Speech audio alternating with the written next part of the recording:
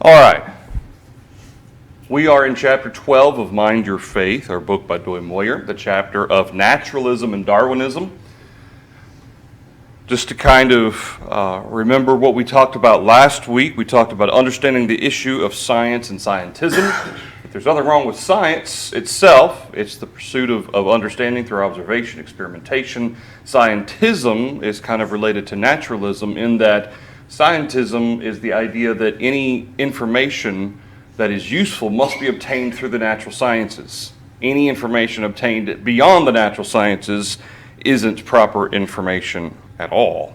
And then Doyle goes through, talks about macro and microevolution, talking about microevolution or variations within species. You've got different breeds of dogs and so forth. That's something we observe. That's something that we can prove and show to be true. However, then the leap goes from taking that to then species can actually cross into new or other species. And that's the assumption or the speculation that is made, and then it's passed off as if it's fact, when in fact it can't be tested, it can't be proven, and it can't be shown to be happening. And then we talked about the fact that this idea of Darwinism or naturalism, it's kind of revolved around the lack of the existence of God. In fact, at no point in the definition that is given by the American National Association of Biology Teachers is there even an allowance for the idea that there is a creator, much less that creator created all things in 7 days, as opposed to the millions of years that it proposes. It talks about unsupervised, impersonal, unpredictable, natural process by which all things came to be. And so where we ended Sunday is talking about an information problem. And when we read information here, what Doyle is specifically referring to primarily is the information that is contained in DNA.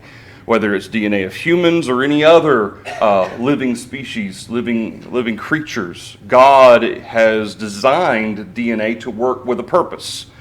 However, it's not just that DNA is a combination of chemicals, it's that there's information encoded within DNA that tells a body, it tells cells what it's supposed to do.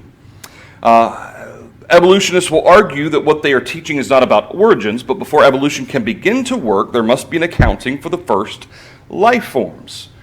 And again, we talked a little bit about this last week with regard to the fact that the idea is that single cells then kind of gradually evolved to more complex single cells, which then evolved into multiple cells, and then gradually you have life. We talked about in the last chapter the fact that there was a chemical biologist, I think it was, that actually wrote a book about the fact that you can't just take a cell. There's no such thing as a simple single cell. The single cell within itself contains complex processes that you can't just take out. Otherwise, the cell doesn't work, which means that the single cell had to actually kind of pop into existence as is, even for macroevolution to have worked. As Stephen Mayer wrote, no undirected physical or chemical process has demonstrated the capacity to produce specified information starting from purely physical or chemical precursors, which is to say that while DNA contains all of this information, trying to just randomly, spontaneously have this information come into existence hasn't been shown to be able to happen. You can't just combine chemicals in any kind of physical or chemical process and all of a sudden information just pop into existence. There has never ever been anything to show that. For this reason, chemical evolutionary theories have failed to solve the mystery of the origin of first life, a claim that few mainstream evolutionary theorists now dispute. They're not going to argue that because they can't. They'll ignore it, but they're not going to argue it because there's no way in which they can really explain spontaneous existence of information directing a cell, how to function, directing a body, what to do, how to form, and so forth. It can't. Chemical and physical processes can't explain that. We must see the evidence that natural selection and chance have actually created new information from the beginning. This is what Dewey's point is about, ultimately about macroevolution. You claim that this is a fact, but saying it's a fact and proving it are two different things.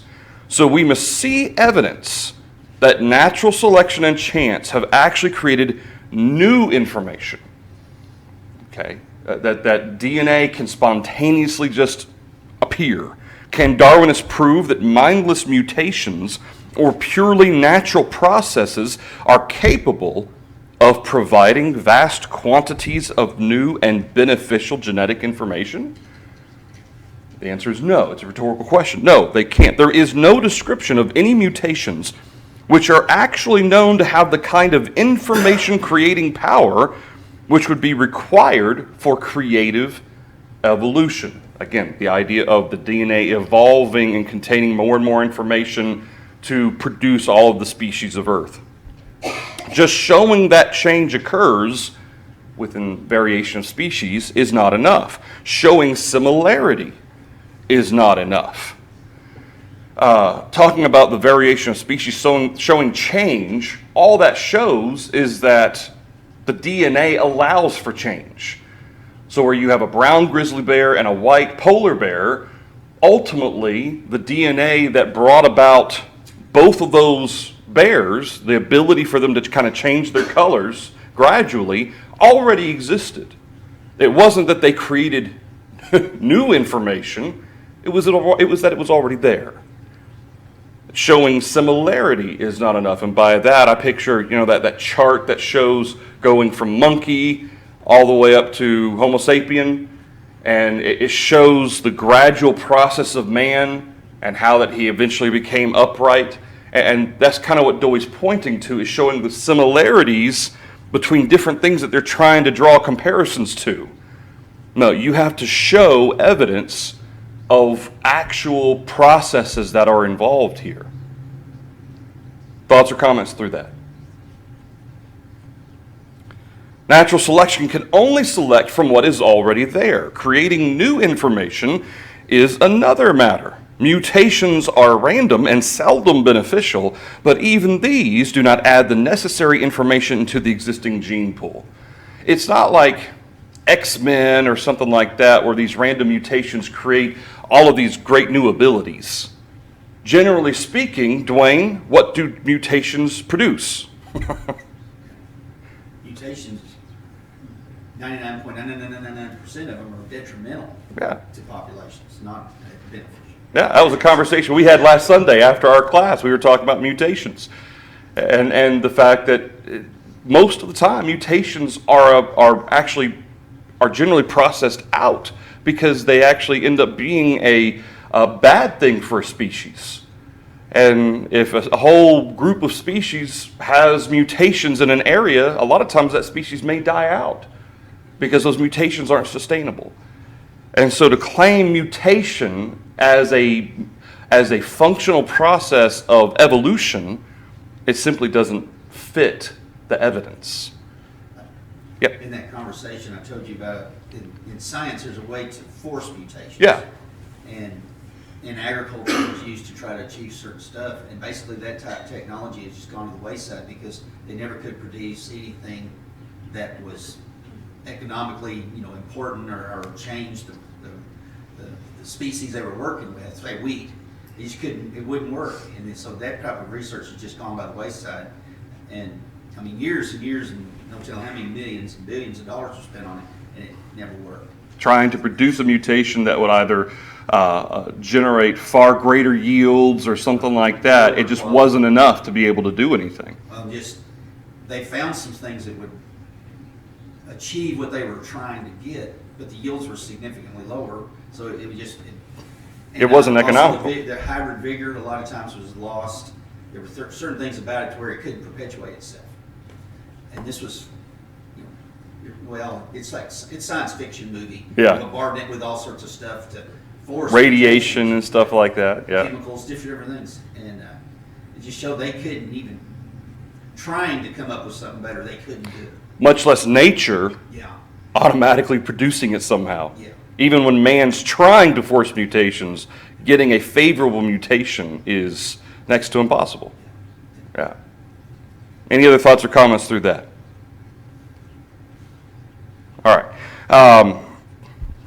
This information problem is a serious one. Everything we know about information is that it comes from intelligence. Without God, how can one explain its existence? Specifically, again, we talk about information. We're not just talking about like in the cloud. We're talking about like in genetic structure. Information that informs from birth all the way up to how a body develops and how it grows and so forth. The functioning of organs. All of that information contained in DNA had to come from somewhere. And science has not proven its ability to simply pop into existence, so where'd it come from? Stephen Mayer again writes, although we don't know of a material cause that generates functioning digital code from physical or chemical precursors, we do know, based upon our uniform and repeated experience, of one type of cause that has demonstrated the power to produce this type of information. That cause is intelligence or mind. I thought that was a really good point that he makes. He talks about digital code, which is to say the information that is contained in just in the minute sizes and what that we're talking about in terms of genetic structure, that no physical chemical processes can account for it. Intelligence can. As information theorist Henry Quastler observed, the creation of information is habitually associated with conscious activity.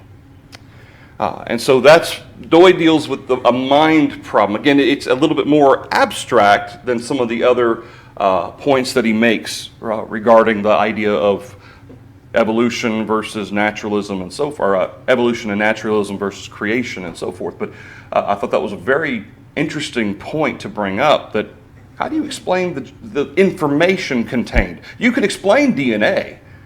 Okay, DNA is a combination of chemicals and certain combinations. But what about the information contained in them? The variations that are very specific in what they address within a given body, a human being or an animal. It's hard to deal with that for people who are naturalists. Any thoughts through that point? All right. Then there's the mind problem that Dewey brings up. If naturalism is true, then it must also account for the evolution of the mind. Not only must it account for the creation of vast, complex organs and new genetic information, which is hard enough for it to handle, but it must also account for the rational, reasoning part of mankind. If true, then this means that the ability to think and reason is the result of unintelligent chemical and material processes. So if naturalism is true, then our intelligence and our ability to be aware and to think has come from unintelligent, random process. In other words, non-intelligence produced intelligence. Where's the science for this? Again, I think that's a really good point to bring up to someone if you're in a discussion with an atheist or a proclaimed naturalist or whatnot. Where's the evidence for non-intelligence or random chance producing intelligence? Can't show anything like that. This theory makes us out to be just simple machines.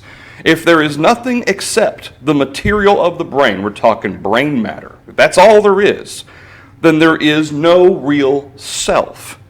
We are given the illusion of being single entities who feel, love, hate, make decisions. If this is true, what are the moral implications? Should there be any morality? Basically, we're simply going through the motions, and Dewey even brings up he talks about questions of free will. Then there really isn't free will. We're simply going by the commands given within our brain, and that's it. We're not actually thinking, feeling, self-determining creatures. And that's the point that he brings out. And really, one of the terms that it kind of helps define this is consciousness. Okay, self-aware consciousness. the ability to reason. Animals can think to an extent. Okay, some animals can even be trained to do things. Dogs can be trained.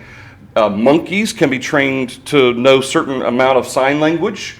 Okay, but in terms of being fully aware, fully able to reason out right and wrong, that is solely within humankind.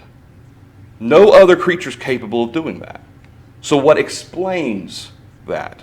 Johnson observed, there is no scientific evidence that the brain or any individual cell within the brain either was or could have been created by matter unassisted by pre-existing intelligence. And his point is that no physical or chemical process can explain intelligence. The scientists who believe that natural selection made the brain do not do so because of the evidence, but in spite of the evidence. I thought that was a really good point, good way to say it. Thoughts or comments from that? And we'll talk more about the question he brings up about morality and the implications involved. That's actually one of the questions at the end of the chapter. We'll talk more about that in a little bit. To naturalists, the mind is not distinct from the brain. The mind involves information that is coordinating the neurons of the brain in such a way as to produce the capacity to think. But this information is not matter, nor can it come from mere matter. When he's describing information versus matter, he's talking about the actual process of thinking through things. Oh, science can explain the neurons, even though science can't fully explain how the brain works and exactly what each area does. We have an idea, but not all of it. But in terms of the actual information, okay, my ability to think through a situation, where does that come from? What biological process can explain that ability? There is not a process to explain it. Information comes from intelligence, and this aspect of the mind is not explained through strictly naturalistic causes. Thoughts or comments? All right. So Dewey concludes at the end of the chapter, when we see the pictures of the evolution of humans, we're seeing the story, not observation. But the story has been told so many times and identified as science that to question it is to question the authority of science. We're fairly familiar with that nowadays. The story is one of vast speculation, founded upon the assumption of philosophical naturalism. And of course, naturalism is the idea that nature alone can explain the existence of everything. That's what naturalism, at its base, that's how it's defined. All right, so talking about the questions then. Why is the difference between micro and macro evolution important? And why would many today not like to make this distinction? So why is it important to distinguish when somebody says evolution? Dewey instructs us to ask, what do you mean by evolution? Make them define what they're talking about. What's the difference between micro and macro?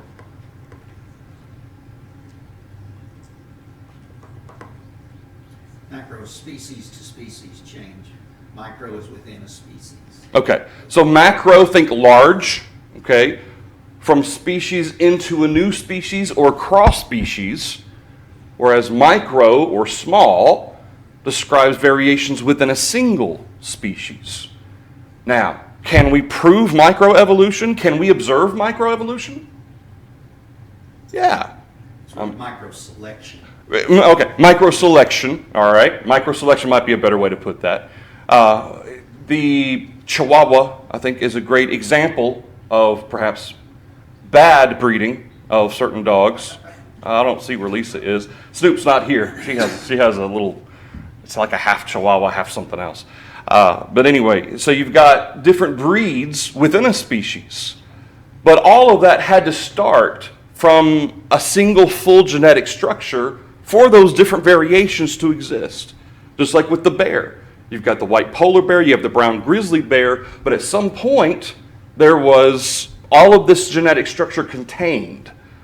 And then as individuals or as creatures migrated to different parts of the world, experienced different environments, then yes, how did you put it? Micro-selection kind of helped bring out specific elements of that genetic structure. The same thing happens with human beings. Okay, we can adapt to our surroundings. Whether we're at sea level or 7,000 feet above sea level, we adapt to things because our body, God made us that way to be able to adapt. He allowed for that change. Why would many not want to make that distinction, though? Can you prove macroevolution? Can you actually test Can we test macroevolution?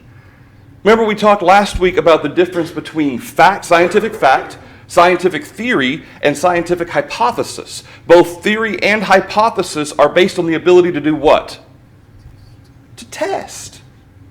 Can you test macroevolution in a lab? No. No, you can't test that. You can't see. It's not happening right now.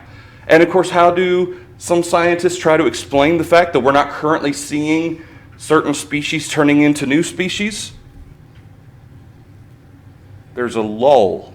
We're in an evolutionary lull right now. We just happen to be in an evolutionary lull at the moment that we're able to scientifically observe everything. But for millions of years, species have been evolving into new species, and all of a sudden we just kind of hit the brakes. That's a convenient explanation there. So yeah, a lot of people would not like to make that distinction because it creates a problem for them to explain. They prefer to say, we have proven evolution. Remember, we actually looked at several definitions of theory. Remember last week? And with two of the definitions of theory, within the recorded definition is the aspect of the Big Bang. Okay, or evolution specifically. Evolution is not theory, it's a fact. Well, what kind of evolution are you talking about? Anything through that question? All right, question 2. How can microevolution be understood in a biblical context? Let's start with that one, part A.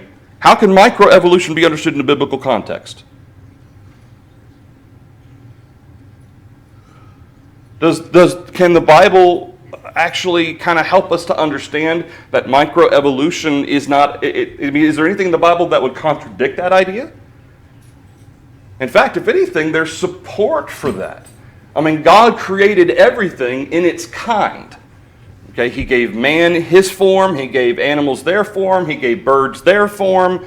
Back in Genesis chapter 1, He gave everything its own kind. Now, is that to say that each kind isn't going to have certain variations within them?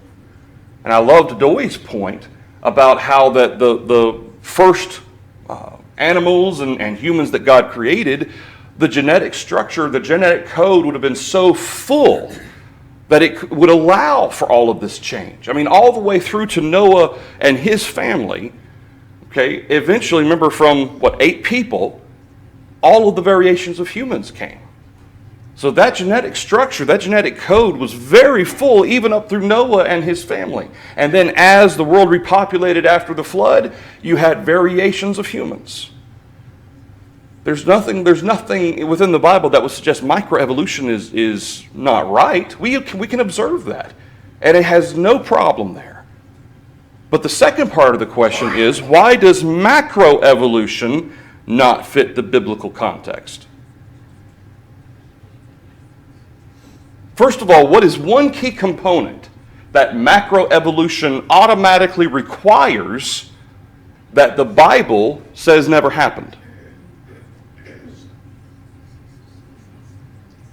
How long did it take for macroevolution to happen? Yeah, well, the universe is like 13.8 billion years old. Okay, 65 million years ago, the dinosaurs supposedly died. But even before that, you had millions, hundreds of millions of years that was required for this process to take place. But how long does the Bible say God took to create everything? How many? 6 days, and then what happened on the 7th? God rested. Okay. So there's automatically a conflict because macroevolution requires all of these millions and millions of years, when according to the Bible, God created all things. Certainly, I believe he created a universe to be 13.8 billion years. I don't have a problem with that. I believe the universe is 13.8 billion years because God created it so. But that doesn't mean that species can cross or can become new species in any way. And in fact, the Bible even makes, I would say, you could extrapolate the application that when God says he made everything in its kind, that he limited everything to that kind. Okay. He limited bears to their kind. He limited humans to their kind. Okay, I'm not going to evolve or de-evolve into back to an ape or evolve into a salamander or something. That's not how God has created things to work. Thoughts or comments to the second question? Third question. How can we tell that Darwinism is a theory without God? What does this tell us about the presuppositions of Darwinists? Why won't theistic evolution work with true Darwinists? Okay, so it's a kind of a three-part question. Doy talked about Darwinism and naturalism. Naturalism is the philosophy. Darwinism is actually the kind of the banner under which people who are naturalists tend to march. Okay, Darwinist specifically brings out the concept of evolution. How can we tell Darwinism is a theory without God? Sorry? Strictly opposed to what God did. Okay, in fact, it even goes so far as to say that this is without any intelligence. I mean, what was that quote we read just a little bit ago? It is undirected, non-intelligent, natural, random, okay, through a process. How did they phrase that? Temporal. What was the phrase? Temporal lineage or something like that. In other words, through millions of years, okay, that all this took place. It's automatically going to cancel out any concept that there could be a God that created all things, that explains what they're seeing. Now, to me, that's the simple answer. Rather than coming up with all of these theories, proposing these millions of years that just happened into a certain effect to create what we have, as opposed to a designer who created all things as they are, to be a universe to be 13.8 billion years. There's no problem there. What does this tell us about the presuppositions of Darwinists? What's the presupposition? Remember, there was a whole chapter on presuppositions. What's the presuppositions that Darwinists make? It's not just that there isn't a God, but what? There can't be. There can't be a God. And so when you talk about resurrection or you talk about the miracles, that doesn't even enter in through the ears because it's not possible. Because our natural experience in the world shows that miracles don't happen. Therefore, there can't be a God. Okay, it's all based on their presupposition. Whereas someone who is more open-minded would say, okay, well, I'll tell you what, I don't believe that there's a God, but I will allow for the fact that certainly if there was a God, that would explain everything as well. That is a possibility. Okay? But naturalists and Darwinists won't even go there. They won't even offer that possibility to say, I don't believe that, but it's possible. No, it's not possible. Why won't theistic evolution work with true Darwinists? Okay, what is theistic evolution?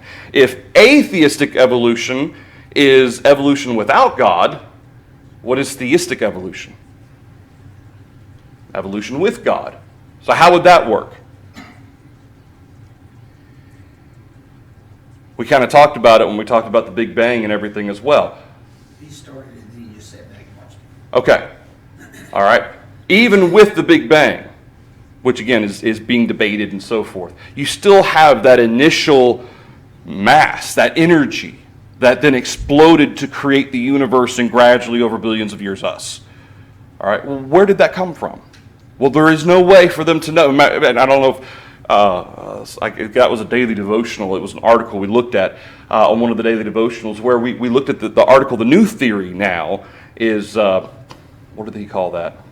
Some kind of expansion. I forget the term that he used. But anyway, now the explanation is, see, and he even addresses the problem for us was explaining, well, where did that first little concentrated mass of energy come from? Well, now the explanation is, we haven't had an answer until now. Now is, we can't know. Science won't allow us to know because of the nature of whatever the type of expansion he was talking about. It has automatically erased all that information. So we could know, but we can't. It was really kind of a comical way of dealing with it. But the point is that theistic evolution doesn't work with Darwinists because it still requires what? It requires a God. It requires creation. It requires intelligence. And Darwinists will not even go that far. Thoughts or comments through that? Next question. How is naturalism itself a philosophy, and why is this important to recognize? Again, what is naturalism? The idea that nature alone can explain the creation of everything. Okay? Random chance, millions of years, billions of years, but nature alone and its processes are singularly responsible for everything we see and touch and feel and so forth. Why is naturalism itself a philosophy? Can they prove that? Can they prove that nature alone has created everything?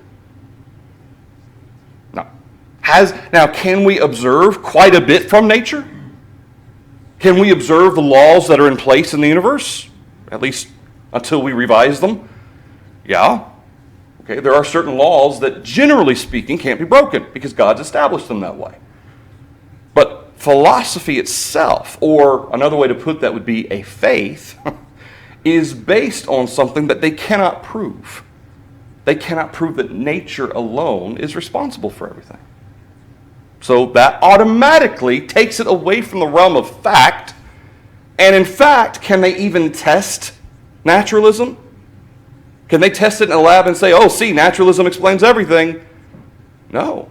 So it really doesn't qualify as a theory or a hypothesis, because both theory and hypothesis require the ability to do what? To test. Therefore, it revolves in the realm of philosophy or faith, a belief. Thoughts or comments through that? Next question. Why do you think the battle between evolution and creation is important? Why do you agree or disagree that what a person believes about this issue can affect behavior? So, why is the battle between evolution and creation important? I mean, really, when you boil it right down to it. It's believing in God or not believing in God. Okay. Believing in God or not believing in God, which, I mean, there are some exceptions to that. There are some theistic atheists and so forth. But if I believe that evolution alone created everything, and I just evolved from an ape, and that just makes me just like any other animal, okay, what's the implication there? I'm my own God. There really aren't any rules. And in fact, we observe such inhumane actions from human people in our society, from children sometimes.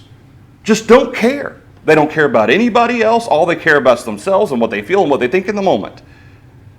And sometimes you have to wonder, because of this great big push in schools to teach that we are simply animals, is it any wonder that when children hear that and they believe that, they then act like animals? Because that's what I am. You have taught me that there really isn't any set rule. There's no morality. It's arbitrary to say this is right and this is wrong. So if I'm an animal, I'll act like it.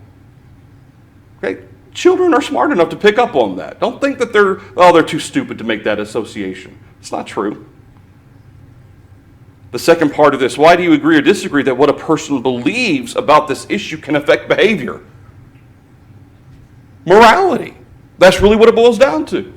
If there is a God, then at the very least, we know that God has given us rules. Whether you choose to abide by them or not is a completely different issue. But at the very least, we know God has given us rules, and if he's given us rules, what's the automatic implication of that? What will one day then happen? We will have to give an account. Okay? If there's a God and he's given us rules, then there's an automatic implication we're going to have to give an account for how we lived under those rules. If there is no God, then there really shouldn't have to be any rules, which means I can really live and do what I want to. I can abide by the basic structures necessary for a civilization. Don't murder, don't steal, and all that. But everything else is fair game. Who cares? And really, even stealing is, the insurance will cover it. Who cares? Thoughts or comments through that? Why is information and mind a problem for Darwinists?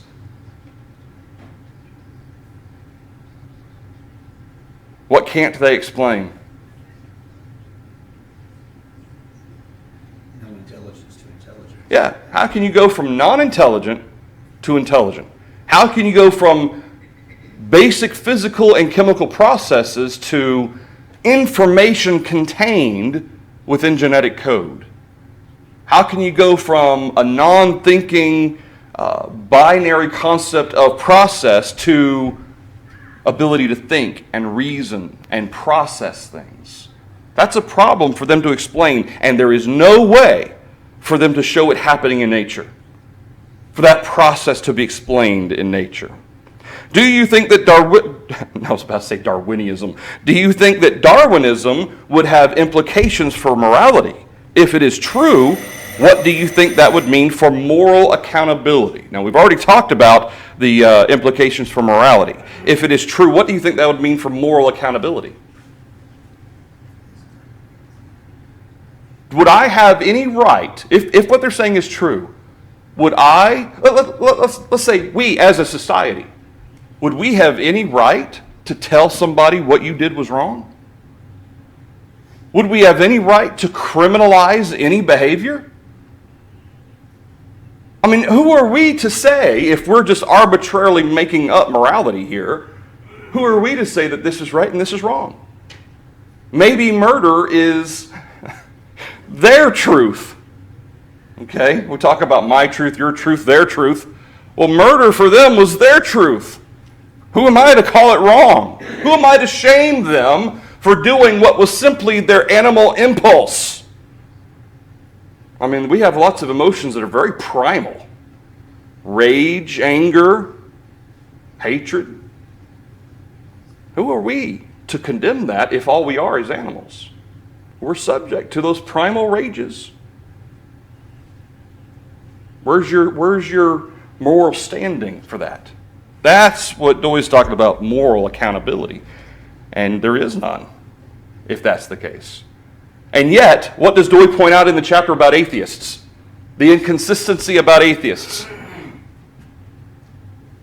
Most of them, do they follow some kind of a moral code? Yeah, even they will argue that there are certain things that are right and wrong. It may not be as, maybe more lenient or less strict maybe in our minds in terms of, if you want to call it that. There may be different things that they associate being right and wrong than we would, but they still have definitions of right and wrong. Why? You'd have to ask them. Why do you believe that? Why do you think that? On what grounds do you say that? Because they have no moral authority to be able to make that case. Anything else through that one? Okay. Second bell's going to ring in about 2.5 minutes. We're going to stop here rather than getting into the problem of evil. So next week we'll start chapter 13, the problem of evil. It's a really good chapter. It's actually, I think, going to hit home for all of us because all of us have dealt with suffering and pain and injustice at some point in our lives. And Dewey's going to talk about, well, why does God let that happen? And that's a big problem that some people posit, well, that proves that there is no God, or if there is, he can't be a just God, he can't be a loving God, he's not worth serving because of the problem of evil in the world. So we'll talk about that next week. Thanks, everybody.